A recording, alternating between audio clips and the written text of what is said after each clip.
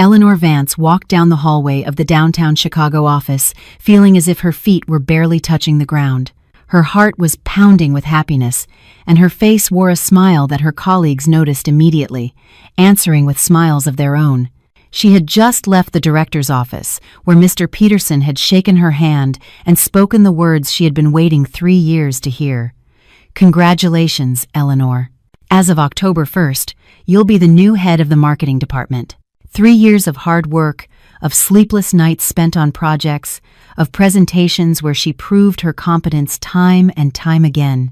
3 years during which others took credit for her ideas, interrupting her in meetings when it seemed she could never break through that invisible ceiling. And now, she had done it. Colleagues congratulated her as she passed. Brenda from accounting hugged her so tightly Eleanor was almost left breathless. Dave from IT gave her a wink and a thumbs up. Even Dolores, the perpetually disgruntled office manager, nodded with something that resembled approval. "Well done," she grunted. "You've earned it." Eleanor glanced at the clock. It was 4:30 p.m. She normally never left before 7, but today, Mr. Peterson had let her go early. Go on, celebrate. Days like this don't happen every year. She gathered her things, stowing the folders she had planned to study at home into her purse, though she understood perfectly well she would hardly get to them today. Today, she just wanted to be happy, to call her mother, to tell her husband, Michael, maybe open that bottle of champagne that had been in the fridge since last New Year's. It was warm outside. The end of September had turned out to be unusually mild, almost summery. The sun was dipping toward the horizon, promising a warm city evening. Eleanor took off her light trench coat and draped it over her arm. She wanted to take a deep breath, to feel the air fill her lungs, to feel how life was finally turning its right side to her. She decided to walk. It was only 20 minutes, but today the walk felt like a gift. Cars sped by. People hurried about their business, but Eleanor seemed to float in her own bubble of happiness. The phone in her purse vibrated. A text from her mom. "How are you, sweetie?" Eleanor smiled. She would definitely tell her tonight. The City Fresh Market on the corner was the same as always. Bright sign, automatic doors, a display of sale items at the entrance. Eleanor was about to walk past when she heard a loud male voice. "I told you to get lost. This isn't a soup kitchen." She turned around. At the supermarket entrance, a burly security guard in a uniform jacket was roughly shoving a woman holding a baby out onto the street.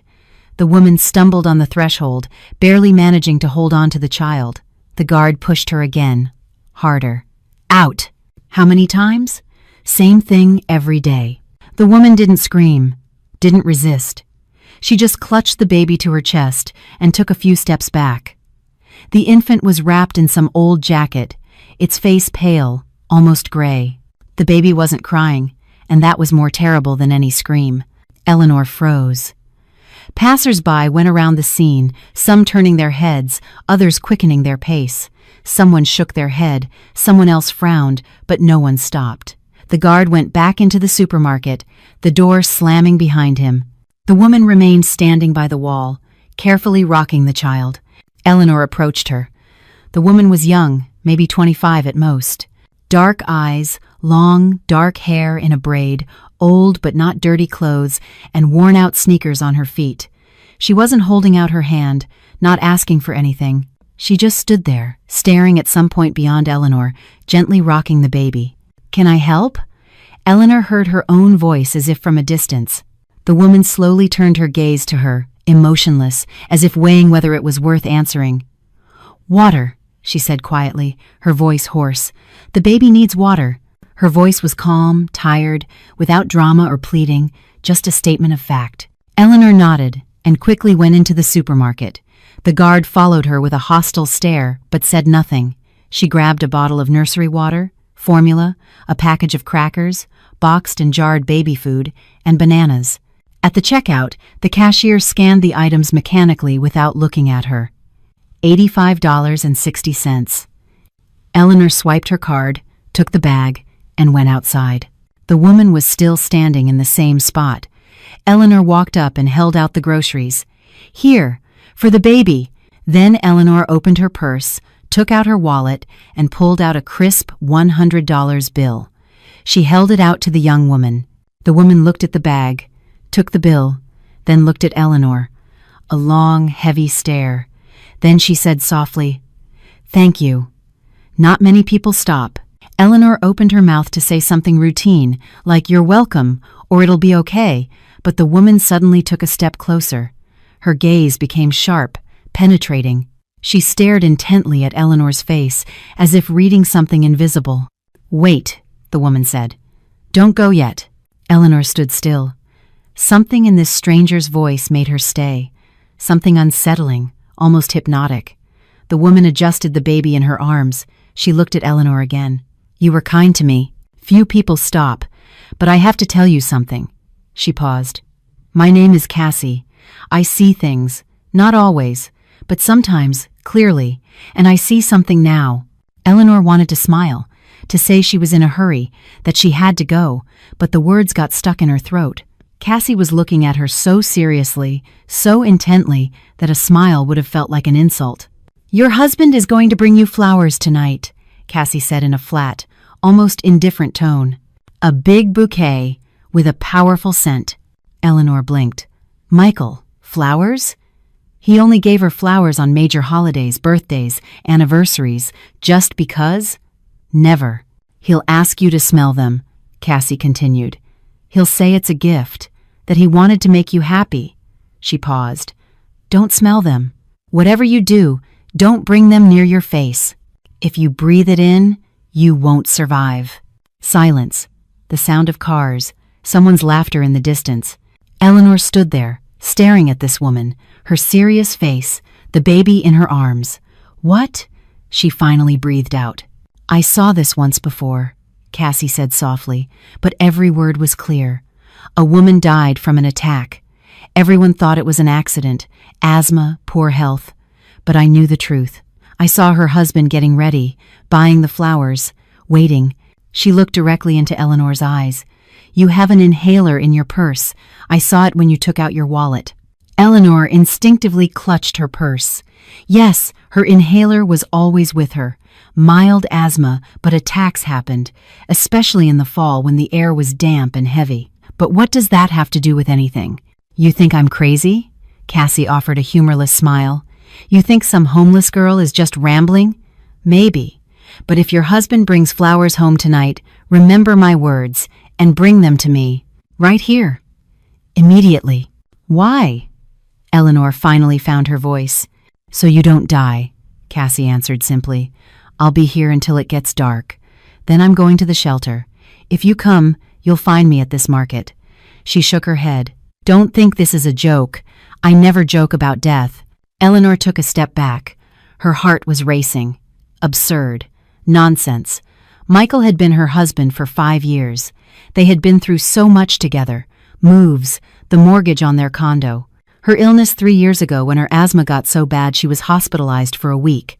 He was by her side, caring for her, bringing her medicine. I have to go," Eleanor stammered.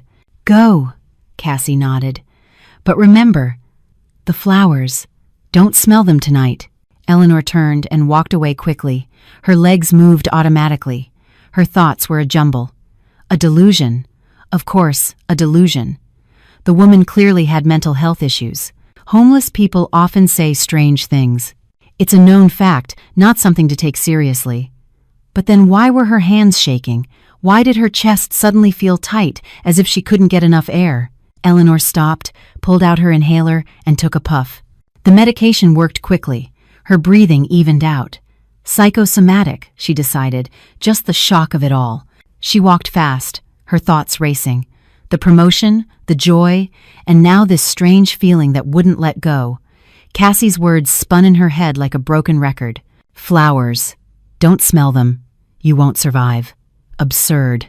Nonsense. Eleanor shook her head, trying to banish the obsessive thought. Michael loved her. They were husband and wife. He wasn't perfect, of course.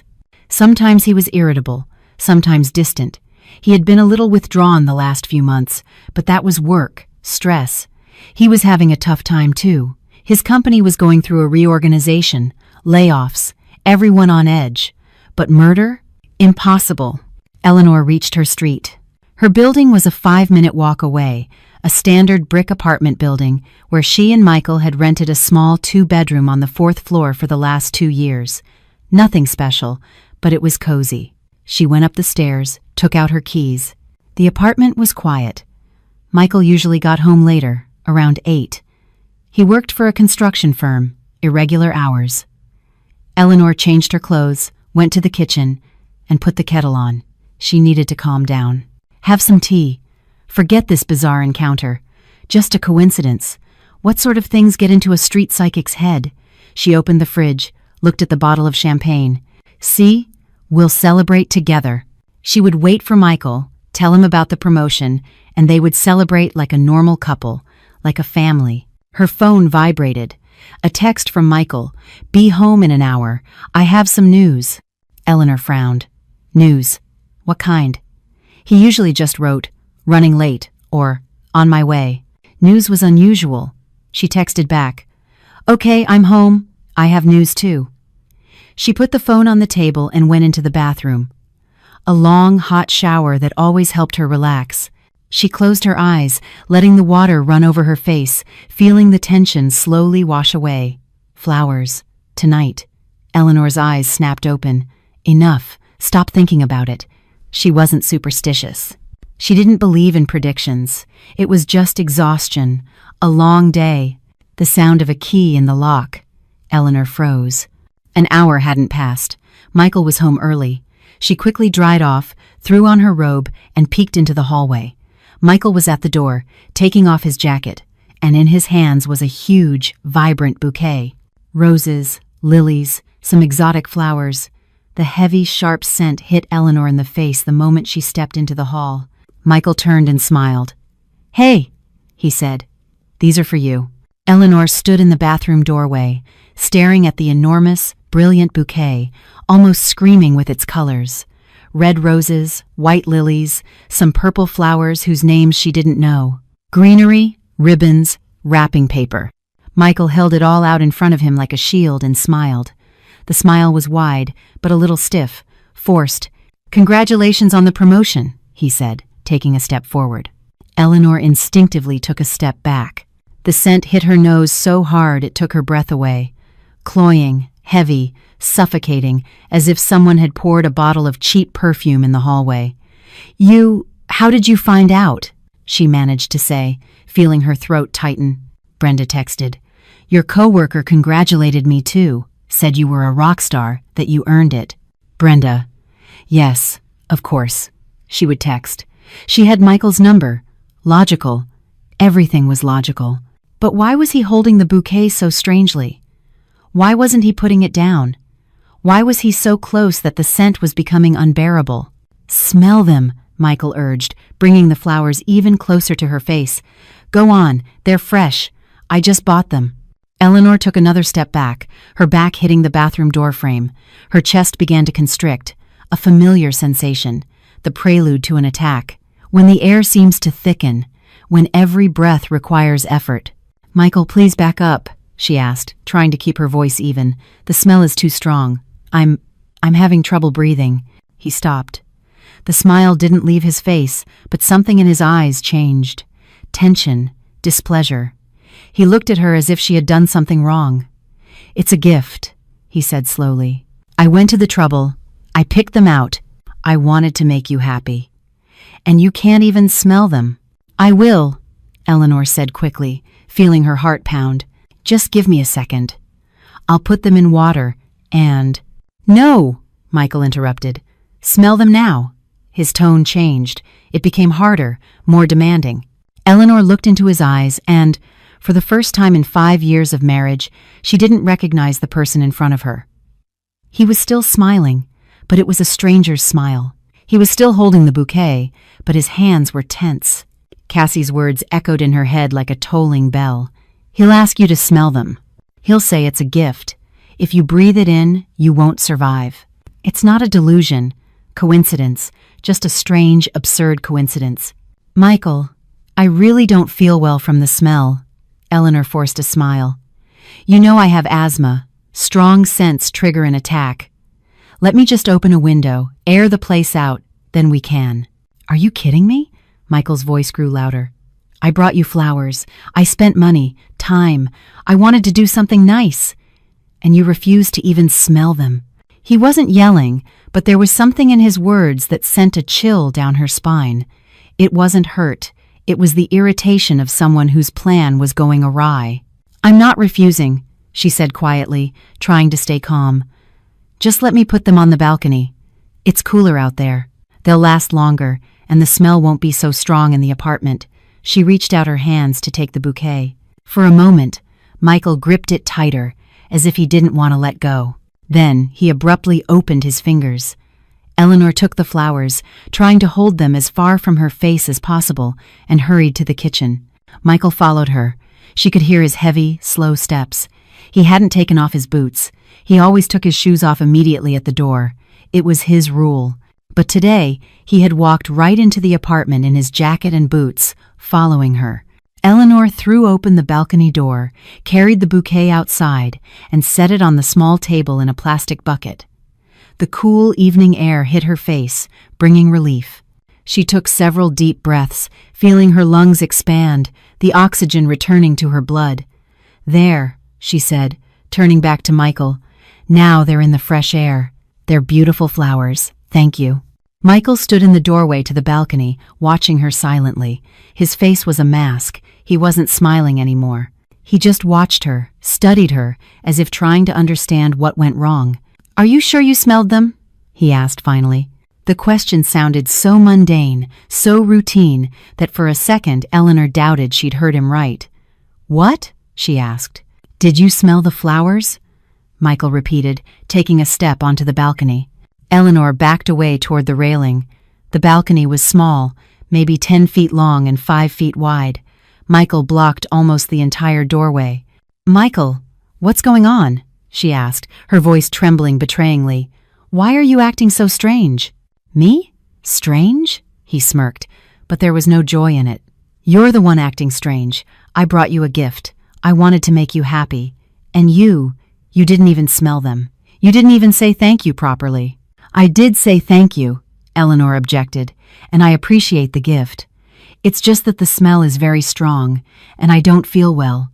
"Always with your asthma," Michael interrupted, and anger seeped into his voice. "Always some excuse.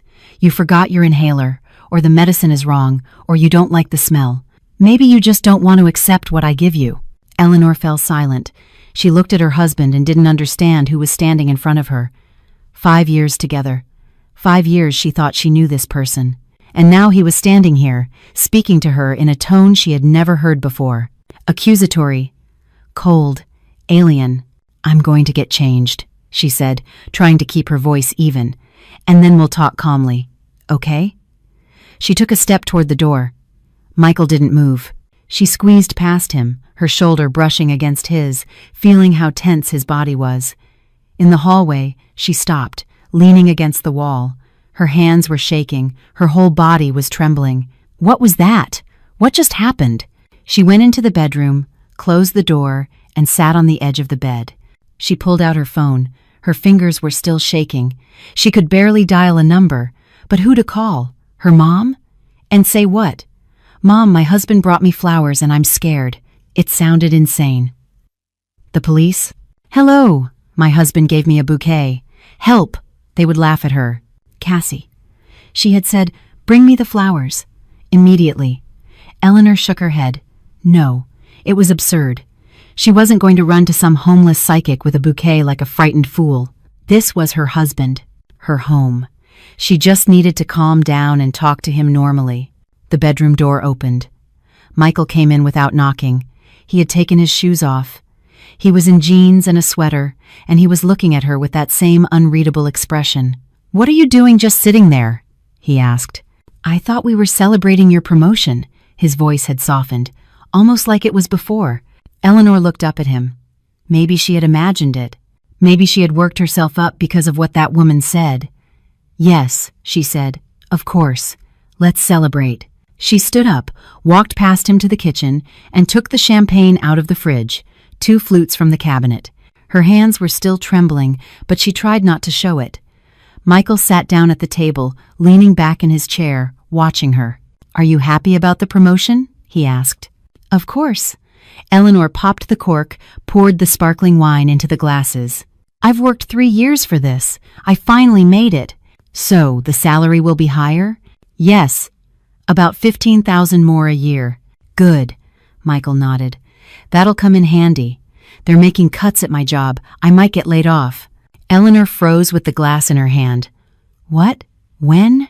"They'll announce it next week, but I already know. I'm probably on the list." He picked up his glass, held it to the light. "So your promotion is good timing." She sat down across from him, her fingers gripping the stem of her glass. So that was it. He was worried about his job, about money, about the uncertainty. That's why he was so strange, so on edge. "Michael, we'll get through this," she said softly. "You'll find another job. You're a good specialist. They'll hire you." "Easy for you to say," he sneered. "You get a promotion, I get fired. Funny, isn't it?" There was no joy in his words, no support. There was something else. Bitterness, envy. Eleanor took a sip of champagne. It tasted sour. "Let's not talk about this now," she proposed. "Let's just be together." Quietly. Michael drained his glass in one gulp and stood up. "I have to make a call. Work stuff." He left the kitchen, went into the living room, and closed the door. Eleanor sat at the table, staring at her unfinished glass. The silence was deafening. She could hear Michael's muffled voice from behind the door but couldn't make out the words. She got up, went to the balcony door. The bouquet was still where she had left it, huge, bright, and exuding that heavy scent. Even through the glass, she could feel the aroma. If you breathe it in, you won't survive. Eleanor closed her eyes. God, what nonsense is in my head? They were just flowers. Normal flowers. Michael wanted to do something nice.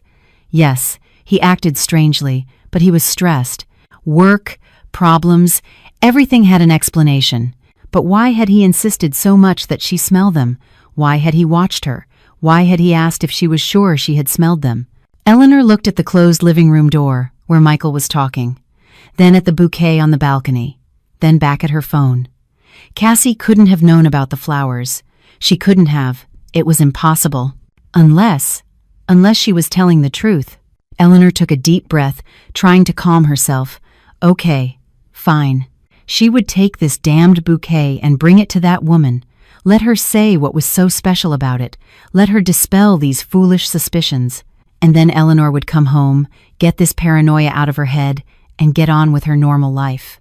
She changed into jeans, a sweater, and a jacket, grabbed her purse, and went out onto the balcony. She carefully picked up the bouquet by the wrapping, trying not to bring it close to her face. The scent enveloped her anyway, heavy and cloying. Her chest tightened again. She opened the living room door and peeked in. Michael was sitting with his phone and didn't see that she had the bouquet in her hand. "I'm going to take out the trash," Eleanor lied. "The bag is full." "Where are you going this late?" he asked, his voice suddenly wary. "Can't you take it out in the morning?" "It's full, and it's already starting to smell up the apartment." Michael stared at her for a long time. Too long. Then he slowly nodded. "Fine. Just don't be long. It's already dark." Eleanor left the apartment, closing the door behind her. Her heart was pounding from fear or adrenaline. She couldn't tell which. She ran down the stairs, out into the street. It was almost completely dark. The street lights had come on, illuminating the sidewalk with a cool glow. She walked quickly, almost running, holding the bouquet down by her side. It was a 15-minute walk to the supermarket. She would make it. She had to make it.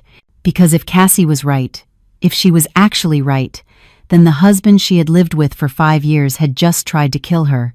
Eleanor walked through the evening streets with this bouquet, and each step echoed in her temples with a dull thud. The darkness thickened around her. The streetlights flickered on one by one. Passers-by hurried about their business, paying no attention to her. A normal woman with flowers. Nothing suspicious.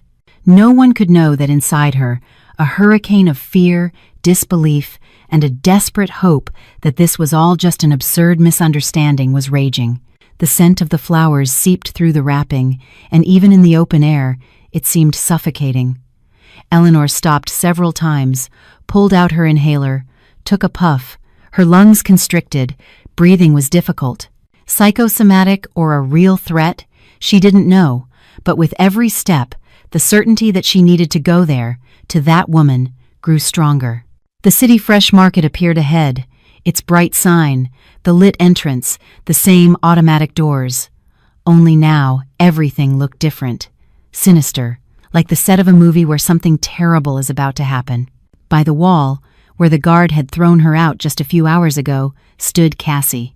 She was rocking the baby in her arms, her back against the brick wall. When she saw Eleanor, she wasn't surprised. She didn't even move. She just nodded as if she had been expecting exactly this.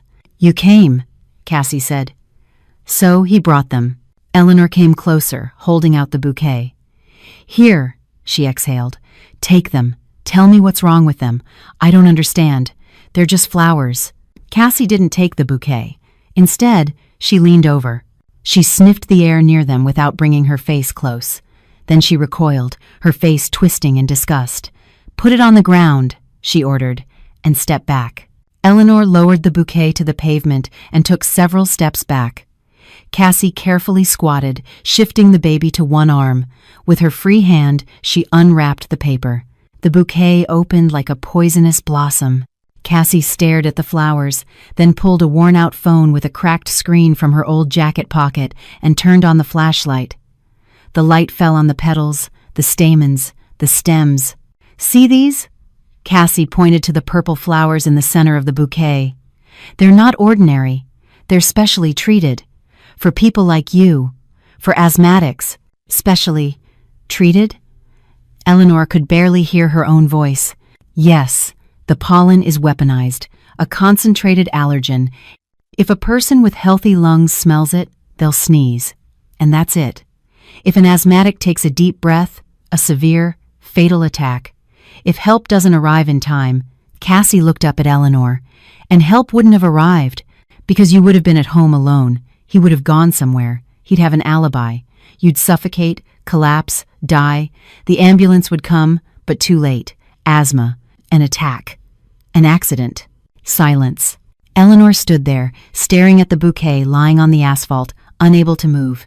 Cassie's words fell into her consciousness like stones into water, sending out ripples of horror. "How do you know?" she finally whispered. "How could he?" "I saw this before," Cassie said evenly, without emotion.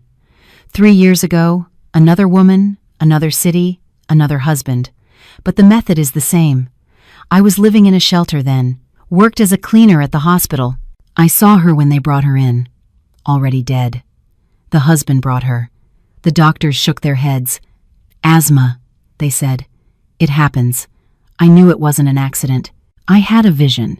Just like with you. Why didn't you say anything?" "To who?" Cassie gave a humorless smile. "The police? They would have laughed. A homeless cleaner accuses a respectable man of murdering his wife with flowers. Who would have believed it? Besides, I never saw that husband again. He vanished, collected the insurance and left." Eleanor felt her legs give way. She leaned against the wall to keep from falling. "Insurance," she repeated slowly. "Oh God. Michael, last week he had me sign some papers. He said it was for work, for some benefits package, an insurance package." Cassie nodded as if this was all expected. "Most likely a life insurance policy. In the event of your death, the beneficiary, him, a large sum, large enough to solve all his financial problems." "But why?" Eleanor's voice broke into a sob. "Why? We've been together for 5 years. I love him. He couldn't." "He could," Cassie interrupted. "Money. It's always money. Or another woman, or debts, or all of it together. You make money, but you're worth even more dead. It's easier to get rid of you and live comfortably." Eleanor covered her face with her hands. "This is impossible. This can't be true. Michael was her husband. They slept in the same bed, had breakfast together, made plans. How could he? How could he stoop to this? What do I do?" she asked through her tears. "I have nowhere to go. I can't go home. I can't." "You can," Cassie said firmly, "and you must. But not alone. First, we call for help. The right help." She stood up, holding the baby close, and pulled out her phone. "What are you doing?" Eleanor wiped her tears. "Calling 911, Cassie said, dialing the number. "You need a medical record before anything else happens. Understand? This is important. You need to be on record. They need to examine you, note the diagnosis, register that there was contact with an irritant, that your life was threatened. Otherwise, you won't be able to prove it later." 911. "What's your emergency?" A dispatcher's voice came through. "There's a woman here having an asthma attack," Cassie said clearly. "She smelled some flowers. She's having trouble breathing. She needs help urgently. Address is 1200 North State Street, at the City Fresh Market." Eleanor listened to the conversation as if in a dream. Everything was happening too fast, too unreal. An hour ago, she was happy, promotion, joy. And now she was on the street, shivering with cold and fear, learning that her husband wanted to kill her. "They're on their way," Cassie said, putting her phone away. 10 minutes. Sit down. Breathe evenly. Don't panic." Eleanor slid down the wall. It was genuinely hard to breathe. She no longer knew if it was from fear or because she had inhaled some of the poison in the bouquet. And what if they come and say everything's fine, that there's no poison? "Then I was wrong," Cassie answered simply. "But I'm not wrong. Not about these things. My visions have never failed me." The ambulance arrived in 8 minutes. A white van with blue stripes and flashing lights pulled up to the curb. 2 people got out, a man in his 50s in a paramedic uniform and a young woman with a medical bag. "Where's the patient?" the paramedic asked. "Here," Cassie pointed to Eleanor.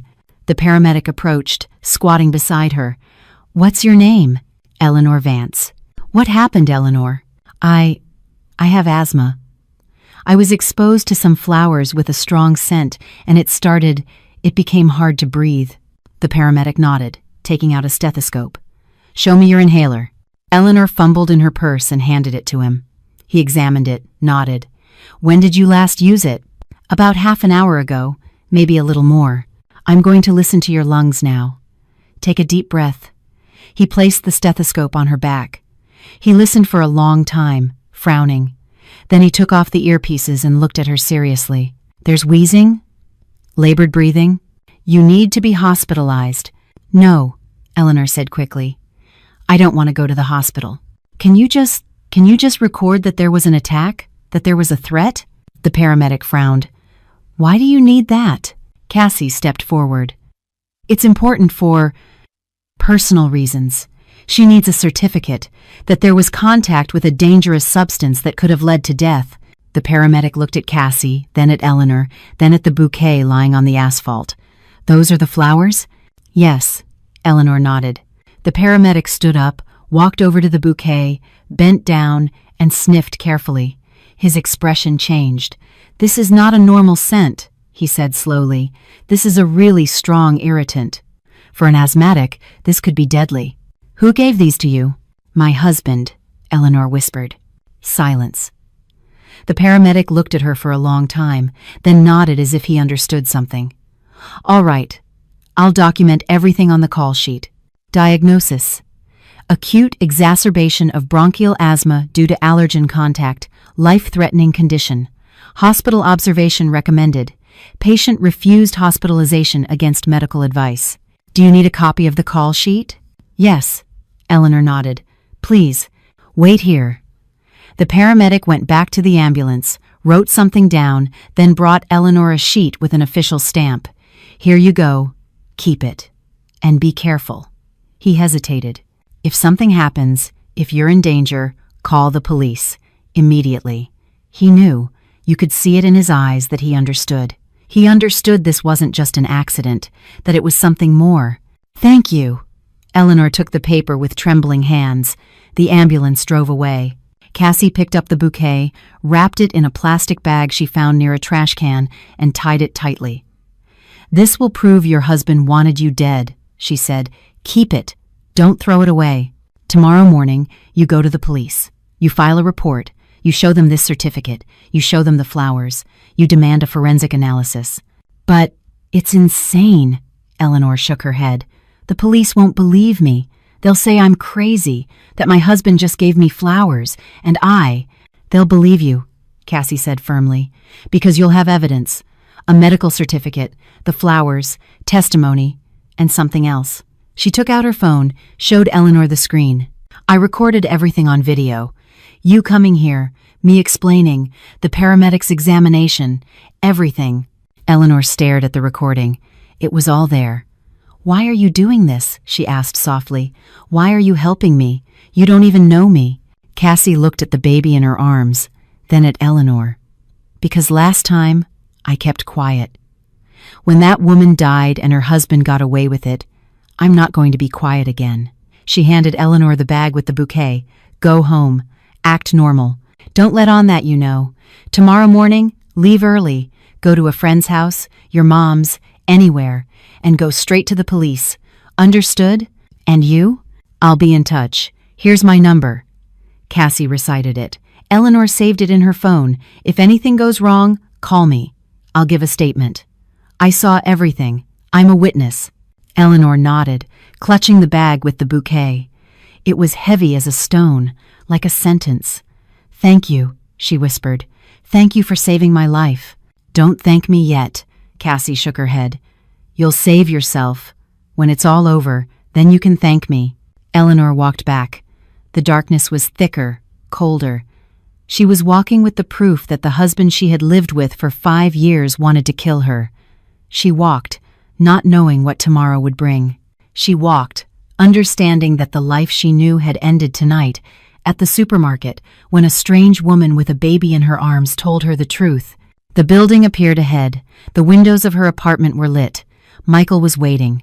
What was he thinking, she wondered, when she didn't come back right away? Was he calling?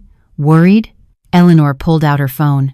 3 missed calls from Michael, 2 texts, "Where are you?" and "Why aren't you answering?" She typed a reply, "Ran into my friend Carmen. We got to talking. On my way now." She went up the stairs. She hid the bag with the flowers in a corner behind the trash chute. She opened the door. Michael was in the hallway. "Where have you been?" he asked, his voice tense. "I told you." "I ran into Carmen. She was telling me about her grandkids. I couldn't interrupt her." Eleanor took off her jacket, trying to sound calm. Michael nodded, then went back to the kitchen. She took a glass of water. Her hands were shaking so much the glass almost slipped from her fingers. She drank, feeling the cold water go down her throat, and thought only one thing: survive until morning. Just survive until morning. The night stretched on infinitely. Eleanor lay in bed next to Michael, unable to sleep. His every breath, every movement, grated on her frayed nerves. He slept peacefully, breathing evenly, sometimes turning onto his other side. The normal sleep of a normal person. A person who, just hours before, had tried to kill his wife. Eleanor stared at the dark ceiling, replaying everything that had happened in her mind. Cassie's words, the bouquet, the paramedic's certificate. She had hidden it deep in her purse, under documents and her makeup bag. The bag with the flowers was hidden. Michael must not find them. Not tonight, not before she got to the police. The clock showed 4 a.m. It was still pitch black outside. Eleanor carefully sat up, looked at Michael. He was asleep. She quietly got out of bed, put on her robe, and left the bedroom. In the kitchen, she poured herself some water and sat at the table. Her whole body was like a taut string. Her phone was on the table. She picked it up, opened her messages with Cassie. "Can't sleep," she wrote. A reply came within a minute. "Me neither. How are you?" "I'm scared. I don't know what to do." "Leave early in the morning, while he's sleeping, and go straight to the police. Don't delay." "What if he wakes up? Asks where I'm going?"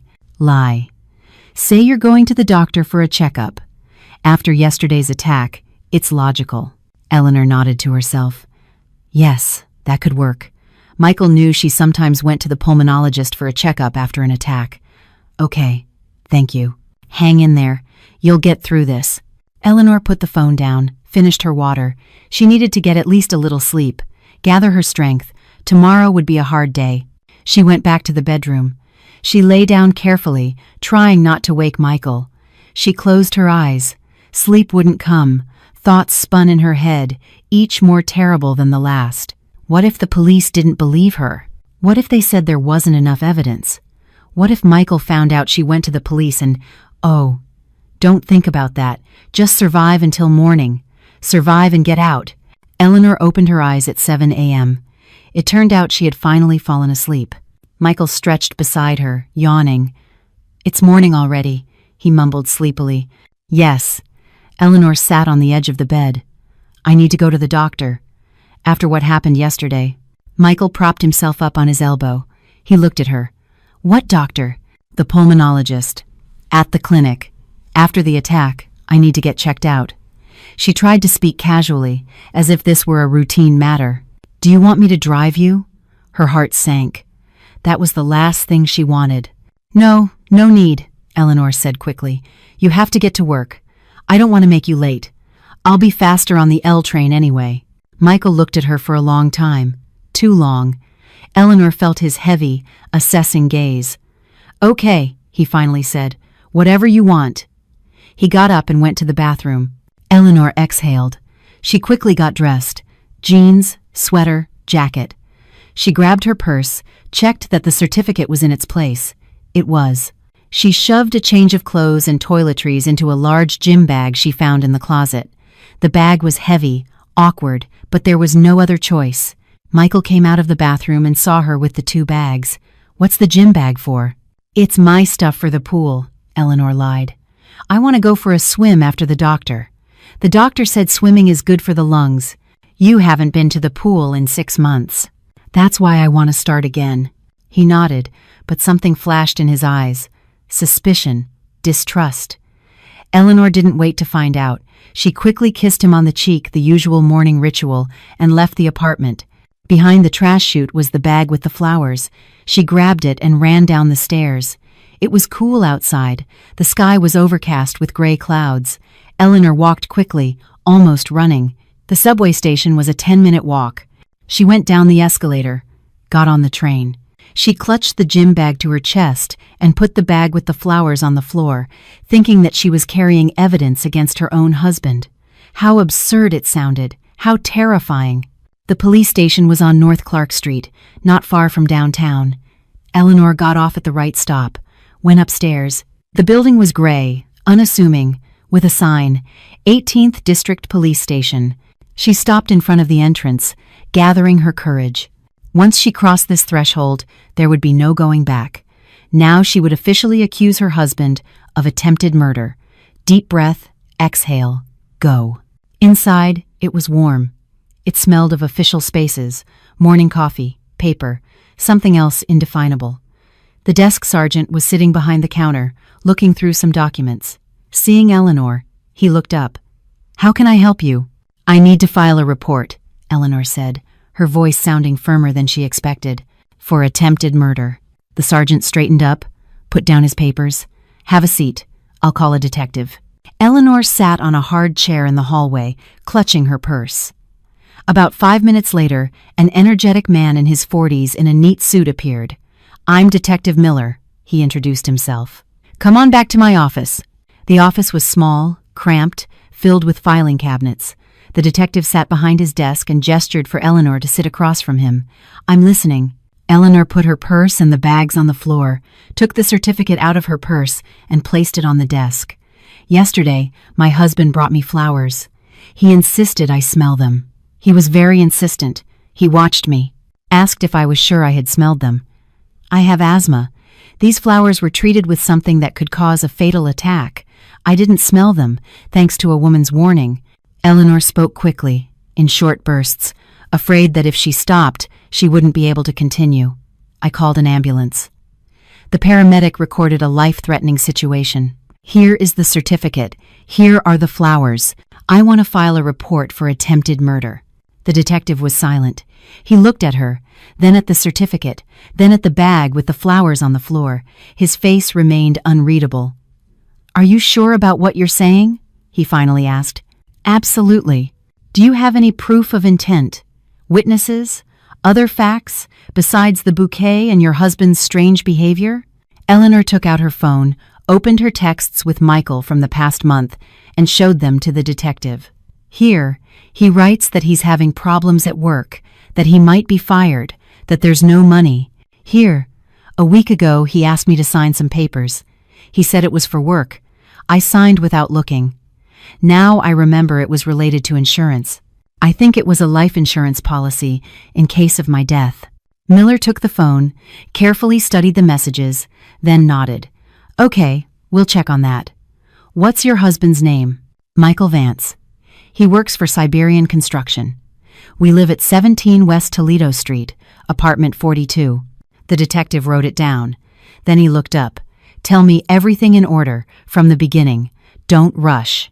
Eleanor told him about the promotion, about meeting Cassie, about the warning, about how Michael came home with the bouquet, how he insisted she smell it, how he acted strangely, about how she took the flowers to Cassie, how they called the ambulance, how the paramedic recorded the threat. Miller listened attentively, occasionally asking clarifying questions. When Eleanor finished, he looked at her seriously. This is a serious accusation, he said. Attempted murder. If we conduct a forensic analysis, check the insurance, prove intent, your husband is facing up to 15 years. Are you prepared for that? Eleanor nodded. I'm prepared. He wanted to kill me. I can't just let it go.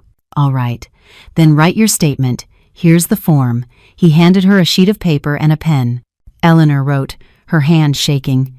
She wrote that she was accusing her husband, Michael Vance, of attempted murder by provoking a fatal asthma attack, that he brought her flowers treated with a substance dangerous to asthmatics, that he insisted she smell them, that she was certain it was a premeditated murder plot. She put her signature, the date, and handed the statement to the detective. Okay. Miller took the statement, read it. Now, we'll send the flowers for forensic analysis. We'll check if they really contain a dangerous substance. At the same time, we'll check with insurance companies to see if there's a policy in your name with your husband as the beneficiary. We'll question your husband. We'll question this woman, Cassie. Can you give us her contact information? Yes. Eleanor recited the phone number. Excellent. Where will you be now? I don't advise you to go home. If your husband finds out you've filed a report, I'll go to my mother's, Eleanor said quickly. She lives on the other side of the city. Good. Leave your address and phone number. We'll be in touch when we have results. Eleanor left all her information. She stood up, picked up her bag. Thank you, she said. Thank you for believing me. I don't believe you yet, Miller replied honestly. I'm just doing my job, checking the information. If it checks out, then I'll believe you. Eleanor left the station feeling a strange sense of relief. She had done it. She had filed the report. Now it was in the hands of the police. Now all she could do was wait. She called her mother. Mom, can I come over right now? Of course, sweetie. Did something happen? I'll tell you when I see you. The journey to her mom's took 40 minutes. Her mom met her at the door, hugged her tightly. You're so pale. What happened? Eleanor told her everything. Her mom listened, growing paler, clutching her heart. My God, she whispered when Eleanor finished. My God, how is that possible? That monster. I always felt something was off about him. Always. Mom, don't. Eleanor hugged her. The main thing is that I'm alive, and he'll pay for this. He'll definitely pay. The day dragged on painfully slowly. Eleanor sat at her mom's house, drank tea, tried to distract herself with television, but her thoughts kept returning to one thing. What was happening now? Had they called Michael in for questioning? What was he saying? Denying everything? Or confessing? At 6 p.m., Detective Miller called. Eleanor, we have news. The forensic analysis confirmed it. The flowers have a high concentration of an allergen, specifically dangerous for asthmatics. A special treatment of the pollen. This couldn't have happened by chance. Eleanor's heart pounded. And what happens now? Next, we check the insurance. We found the policy taken out in your name 9 days ago. The amount is $3 million. The beneficiary, your husband, in the event of your death by accident or illness, he gets the full amount. Silence. Eleanor could only hear her own heartbeat. We brought your husband in for questioning, Miller continued. At first, he denied everything, said he just wanted to make you happy, that he didn't know about any allergens, that it was a coincidence. But then we asked him a few questions, and he slipped up. How? He said he bought the bouquet in the morning, before work. But we checked the surveillance camera footage from the flower shop. He bought the flowers in the afternoon, at 3 p.m., right after leaving the insurance company's office where he took out the policy. In other words, he lied. And when we showed him the footage, he fell apart, started contradicting himself. So you believe me? Yes, Miller said firmly. I believe you. It was premeditated, attempted murder. Your husband took out the insurance, bought and specially treated the flowers, knowing about your asthma, and calculated that you would inhale the allergen and die from an attack. It would have looked like an accident. The insurance would have paid out, and he would have been in the clear. Eleanor closed her eyes. Tears streamed down her cheeks. She was crying not from grief, but from relief. They believed her. They didn't think she was crazy. It was all confirmed. What will happen now? She asked through her tears.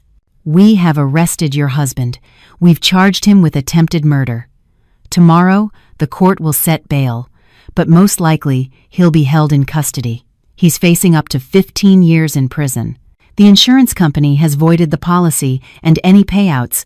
You can file for divorce and request a protective order for your safety. Thank you, Eleanor whispered.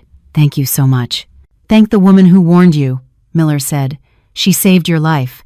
We'll be calling her in to testify as a witness. Her testimony is very important. Eleanor hung up. Her mom hugged her, stroking her hair like she was a little girl. There, sweetie. It's over. You're safe.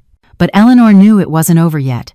Ahead lay the trial, interrogations, divorce, the need to rebuild her life from scratch. But she was alive. She was breathing. She had survived because she hadn't smelled the flowers, thanks to Cassie. 3 weeks passed. 3 weeks in which Eleanor's life was turned completely and irrevocably upside down. She lived with her mother, sleeping in her old childhood bedroom. She woke up at night from nightmares in which Michael stood over her with a bouquet, saying, "Smell them, go on, smell them." The court denied bail. Michael was in jail awaiting trial.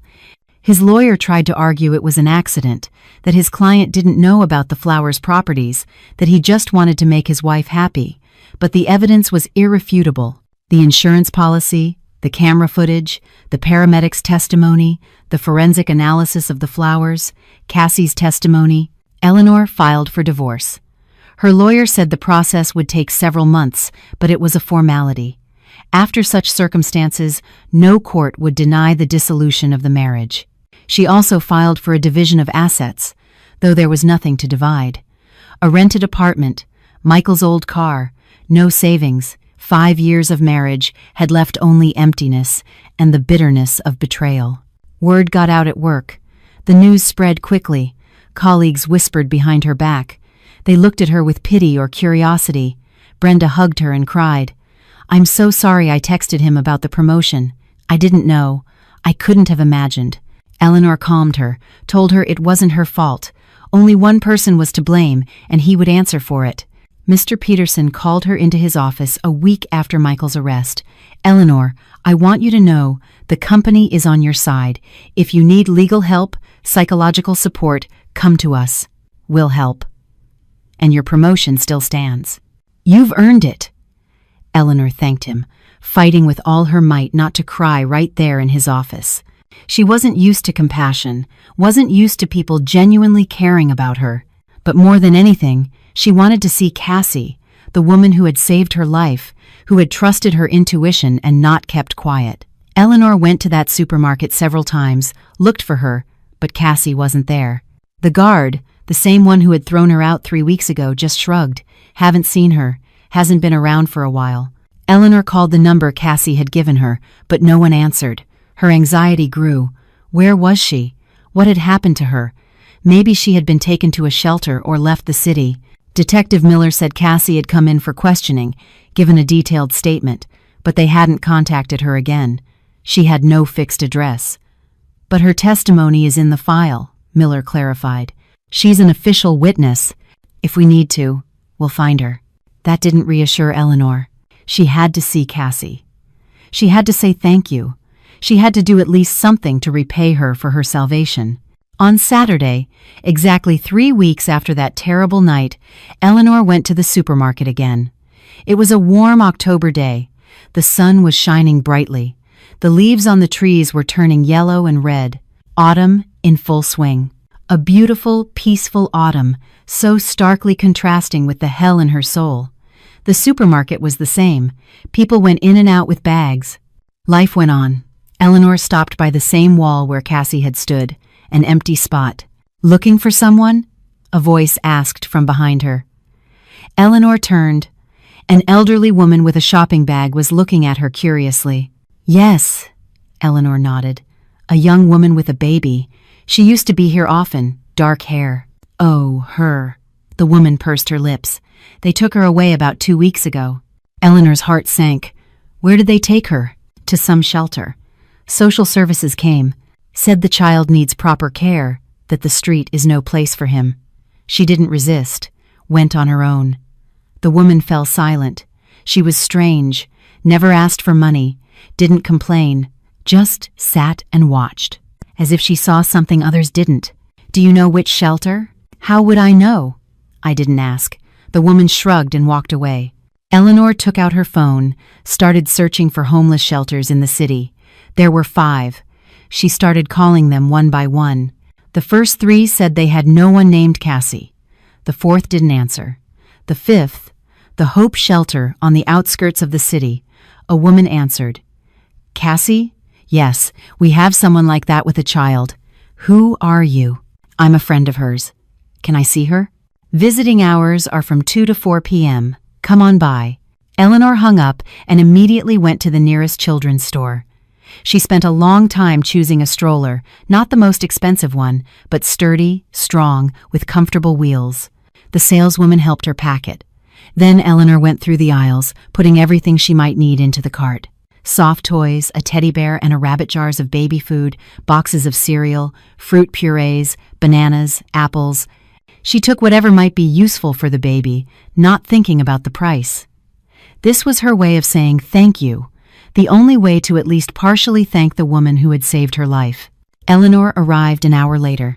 The shelter was housed in an old 2-story building that had once been a dormitory. Plastered walls, blue paint. Inside, it was clean and warm. The administrator wrote down her details, led her to a visiting room, a small room with 2 sofas and a small table. "I'll call her now." Eleanor waited, nervous. The door opened. Cassie came in. She looked different. Her hair was clean, braided into a neat plait. She was wearing simple but clean clothes, jeans and a sweater. The baby was sleeping in her arms, wrapped in a soft blanket. The child's face was pink, healthy. "You came," Cassie said, smiling, sitting on the sofa across from her. "I was looking for you." Eleanor leaned forward. "I wanted to say thank you. You saved my life." "If it wasn't for me, you would have died," Cassie finished calmly. "I know.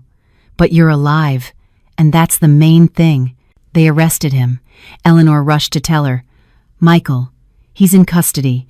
There will be a trial. He's facing up to 15 years. Everything was confirmed. The insurance, the flowers, everything." "Good," Cassie nodded. "Justice was served. Thanks to you." Eleanor stood up, went into the hallway, and came back pushing the stroller, overflowing with bags. "I want to help. You and the baby. This is for him."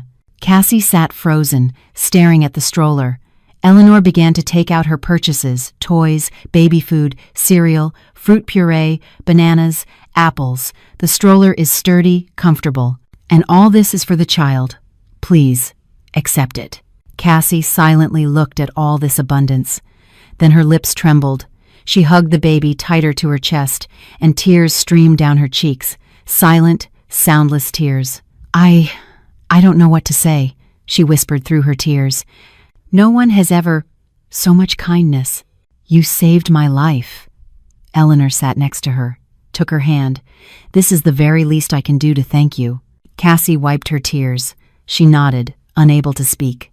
She looked at the stroller, the toys, everything Eleanor had brought, and cried with happiness because someone had seen in her not a homeless beggar, but a person worthy of gratitude and respect. "Thank you," Cassie finally breathed out. "Thank you." Eleanor rummaged in her purse, took out an envelope. And this too. A little money so you can... Cassie raised her hand, stopping her. No, the stroller and the things, I'll take. It's for the baby, but not the money. Why? I didn't save you for money. Cassie looked at the baby, carefully adjusting the blanket. I did what I had to do. What I didn't do last time. Now I can sleep peacefully. Then at least tell me, Eleanor asked. How did you know? How did you understand that Michael planned it? Cassie was silent for a long time, then spoke softly. I see things. Since I was a child. Not always, but sometimes, very clearly. I see death when it's near. I see danger. I saw it over you that day, like a dark cloud, and I knew that if I stayed silent, you would die. Like that woman 3 years ago, and you decided to warn me. Yes, even though I understood you might not believe me, that you might think I was crazy, but I had to try. I kept quiet once, and it tortured me every day. I couldn't keep quiet a second time. Eleanor wiped away the tears that had unexpectedly streamed down her cheeks. You saved me, and I will never forget it. Cassie smiled. For the first time, Eleanor saw her smile, a soft, sad smile. Just live. Live well. Be happy. That's the best thanks. And you? What will happen to you? They help here. Cassie looked around the room. They give food, a roof over your head. They help with documents. Doctors checked the baby, said he's fine. I'll find a job, get on my feet. We'll manage. If you need anything, Eleanor took out a piece of paper, wrote down her number. Call me. Anytime. I'll help. Cassie took the card. She nodded. Thank you. They sat in silence for a little longer. Two women whose lives had crossed at the most critical moment. One saved the other, without asking for anything in return. Simply because she could. Simply because she had to. Eleanor left the shelter with a light heart. For the first time in 3 weeks, she felt she could breathe freely, that the fear was receding, that life was going on. The trial took place 2 months later. Eleanor attended every session. She looked at Michael sitting behind the glass in the courtroom and didn't recognize the person she had lived with for 5 years. He had lost weight, looked haggard, his hair was starting to go gray. He looked at her, and in his eyes she read desperation, but not remorse, only the desperation of a person whose plan had failed. The lawyer tried to mitigate his guilt. He spoke of a difficult financial situation, of stress, that the defendant was not aware of the consequences. But the prosecutor was adamant. This was an attempted murder with premeditated intent. Planning, preparation, calculation. Everything pointed to a cold, cynical attempt to get rid of his wife for money. The sentence, 12 years in a state penitentiary. The divorce was finalized the same day. Eleanor walked out of the courthouse and took a deep breath. It was over. It was finally over. She gradually returned to a normal life. She rented a small 1-bedroom apartment near her work. She went to a therapist. The trauma was deep, and dealing with it alone was impossible. Her job helped distract her. The new position required her full dedication, and Eleanor was grateful for that. The less time she had to think, the better.